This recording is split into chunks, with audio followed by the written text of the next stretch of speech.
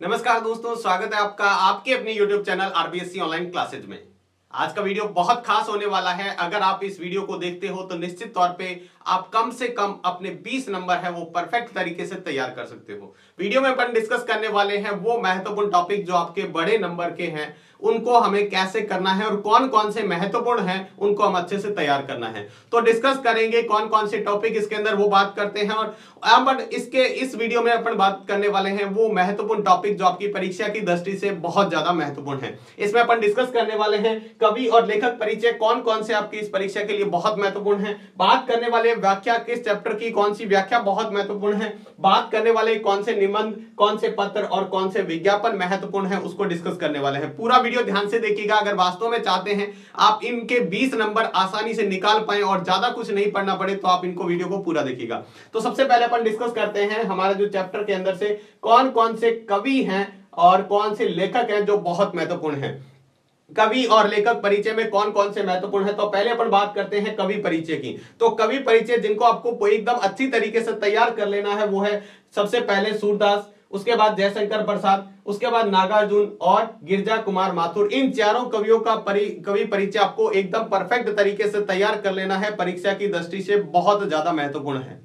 ठीक है, उसके बाद हम बात करते हैं लेखक परिचय की। तो लेखक कौन कौन से महत्वपूर्ण है वो देख लेते हैं। तो सबसे पहले है राम वृक्ष बेनीपुरी। राम वृक्ष बेनीपुरी बहुत महत्वपूर्ण है। मनु भंडारी है वो बहुत महत्वपूर्ण है। महावीर प्रसाद द्विवेदी भी बहुत महत्वपूर्ण है और सर्वेश्वर दयाल सक्सेना भी बहुत महत्वपूर्ण है। ये चारों लेखक जो हैं वो बहुत महत्वपूर्ण हैं। तो अगर आप इनको अच्छे से तैयार कर लेते हो तो 4 नंबर आपके कंफर्म हो जाएंगे। लेखक और कवि परिचय के इनको अच्छे से तैयार कर लीजिएगा, बहुत महत्वपूर्ण है और इस बार आने के पूरे इनके चांसेस भी हैं। ठीक है, तो कवि और लेखक परिचय के बाद में बात करते हैं महत्वपूर्ण व्याख्या की। तो व्याख्या के अंदर आपको कौन कौन से चैप्टर बहुत ही अच्छी तरीके से तैयार करने हैं। तो सबसे पहले व्याख्या का जो महत्वपूर्ण चैप्टर है वो है देव। देव की जो कविता है आपके सवैया और कवि तो दोनों ही अच्छी तरीके से तैयार कर लेनी है। व्याख्या की दृष्टि से बहुत महत्वपूर्ण है। ठीक है, व्याख्या कैसे करनी है हमने वीडियो में डिस्कस कर रखा है। आपको उस तरीके से व्याख्या करेंगे तो निश्चित तौर पर आप पूरे में से पूरे नंबर आसानी से निकाल पाएंगे। व्याख्या के 6 नंबर आपको कंफर्म अच्छी तरह से करने हैं। दूसरा है जयशंकर प्रसाद का जो आत्मकथ्य वो भी बहुत महत्वपूर्ण है व्याख्या की दृष्टि से। तीसरा हम बात करें सूर्यकांत त्रिपाठी जो निराला का चैप्टर है उत्साह अट नहीं रही। दोनों ही कविताएं बहुत महत्वपूर्ण है, आपके इस बार की व्याख्या की दृष्टि से बहुत महत्वपूर्ण है। और लास्ट में बात करते हैं नागार्जुन, यह दंतुरित मुस्कान और इनकी फसल जो है वो बहुत महत्वपूर्ण है। ये व्याख्या की दृष्टि से बहुत महत्वपूर्ण चैप्टर हैं। आपके पद्य भाग के यानी काव्य खंड के बहुत महत्वपूर्ण चैप्टर हैं जो आपकी व्याख्या की दृष्टि से इस बार एग्जाम 2023 में पूछे जाने के बहुत ज्यादा चांसेस हैं। ठीक है, इसके बाद हम गद्य भाग की बात करते हैं। कौन सा चैप्टर में से व्याख्या इस बार पूछे जाने की चांस है। तो पहला जो चैप्टर है राम वृक्ष बेनीपुरी का जो चैप्टर है बाल गोविंद भगत, ये बाल गोविंद भगत है जो बहुत महत्वपूर्ण है। दूसरा बात करें सर्वेश्वर दयाल सक्सेना का जो चैप्टर है मानवीय करुणा की दिव्य चमक, ये भी बहुत महत्वपूर्ण है परीक्षा की दृष्टि से, जो इसमें से व्याख्या आपके आ सकती है। व्याख्या की बात करें मनु भंडारी का चैप्टर है एक कहानी, यह भी बहुत महत्वपूर्ण है व्याख्या की दृष्टि से। और लास्ट है महावीर प्रसाद द्विवेदी स्त्री शिक्षा के विरोधी और कुर्तकों का खंडन, बहुत महत्वपूर्ण है। ये जो चैप्टर है लास्ट वाला महावीर प्रसाद द्विवेदी अभी तक की सबसे ज्यादा बार व्याख्या पूछी गई वाला चैप्टर है, यानी इसमें से आने के पूरे चांसेस इसमें हैं। तो आप इन चैप्टरों को अच्छे से तैयार कर लें। इनका प्रसंग जो आपको तैयार करना है, व्याख्या तैयार करनी है और इसके अंदर से विशेष जो है आपको चाहे उसका जो आपको काव्य खंड या जो गद्यांश दिया गया है उसके अंदर आपको तैयार करना है ताकि परफेक्ट तरीके से व्याख्या लिख पाए और पूरे 6 नंबर आपको निकाल पाए। तो ये है हमारा दूसरा टॉपिक। इसके बाद में हम बात करते हैं तीसरा जो हमारा टॉपिक है निबंध। महत्वपूर्ण निबंध कौन कौन से हैं उसको देख लेते हैं, बहुत महत्वपूर्ण है। इसके जो ये निबंध हैं ये हर बार यानी लगभग एग्जाम में बार बार रिपीट होने वाले हैं और इस बार की परीक्षा की दृष्टि से देखा जाए तो ये बहुत महत्वपूर्ण है। ठीक है, तो चलिए बात करते हैं इसके अंदर। तो देखिएगा हमारा जो पहला महत्वपूर्ण निबंध है वो है राजस्थान के मेले। राजस्थान के मेले जो है बहुत महत्वपूर्ण है। ठीक है, दूसरा जो है पर्यावरण प्रदूषण कारण और निवारण, बहुत महत्वपूर्ण। पर्यावरण प्रदूषण कारण और निवारण बहुत महत्वपूर्ण निबंध है। सड़क सुरक्षा एक बहुत महत्वपूर्ण निबंध है इस बार की परीक्षा की दृष्टि से। मातृभाषा और उसका महत्व अति महत्वपूर्ण है। मातृभाषा उसका महत्व अति महत्वपूर्ण आपके निबंध है। बेटी बचाओ बेटी पढ़ाओ ये है। ठीक है, कन्या भ्रूण हत्या इससे संबंधित है। ठीक है, ये जो है ठीक है स्त्री शिक्षा के बारे में, इसके बारे में ये जो आपका निबंध है बहुत महत्वपूर्ण है।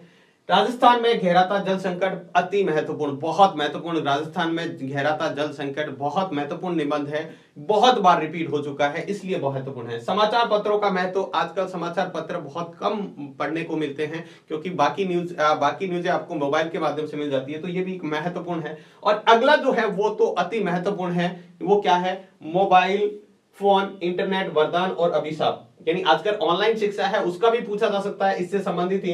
तो मोबाइल फोन और इंटरनेट क्या है, मोबाइल फोन के बारे में इसका वरदान और अभिशाप क्या है, यानी इसके क्या फायदे और नुकसान है, और वहीं इंटरनेट के क्या फायदे और नुकसान है। या फिर आपको ऑनलाइन शिक्षा के बारे में भी पूछा जा सकता है, ये भी बहुत महत्वपूर्ण है, आप इसको अच्छे से तैयार करके जाए। और नेक्स्ट है भ्रष्टाचार की समस्या, बहुत महत्वपूर्ण है भ्रष्टाचार की समस्या। तो आप इन निबंधों को अच्छे से एक बार रीडिंग कर लें, इनके पॉइंट देख लें और अच्छे से इसके अंदर जो महत्वपूर्ण बातें हैं उनको अच्छे से दिमाग में रख लें। अगर इनमें से आता है तो आपको एग्जाम में बहुत ही परफेक्ट तरीके से लिखना है और इस तरह से आपको शब्दों को पिरो देना है कि पूरे 4 में से 4 नंबर जो एग्जामिनर है देने को मजबूर हो जाए। ठीक है, तो इस तरीके से आपको तैयार करना है।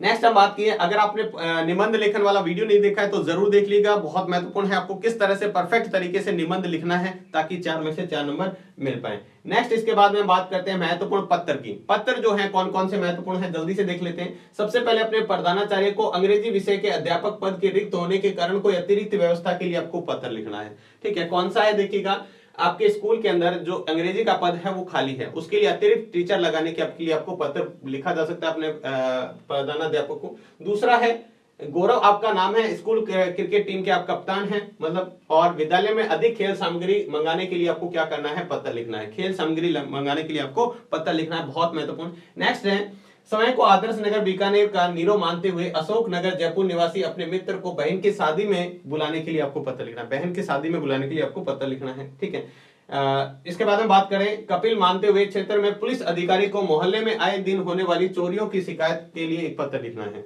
ठीक है, आपको क्या करना है? पुलिस अधिकारी को मोहल्ले में बार बार जो चोरियां हो रही है इसके लिए आपको शिकायत के लिए शिकायती पत्र लिखना है। अगला है अपने आप को रजनीश मानते हुए विद्युत अभियंता को बोर्ड परीक्षा की तैयारी के कारण विद्युत आपूर्ति नियमित अप्राप्त होने का, यानी आपके बोर्ड के एग्जाम चल रहे हैं और विद्युत आपूर्ति बार बार कट हो रही है, इसके लिए आपको क्या करना है? जो विद्युत अभियंता है, ठीक है, जो इलेक्ट्रिसिटी बोर्ड है उसको आपको पत्र लिखना है। ठीक है, उसके बाद में स्वयं को भरतपुर निवासी मानते हुए भरतपुर के नगर निगम के कार्यालय अधिकारी को सड़कों पर बढ़ रहे अतिक्रमण को नियंत्रित करने के लिए, यानी अतिक्रमण, अब जगह तो कोई भी हो सकती है, भरतपुर हो सकता है, कोई भी हो सकता है, तो आपको क्या करना है?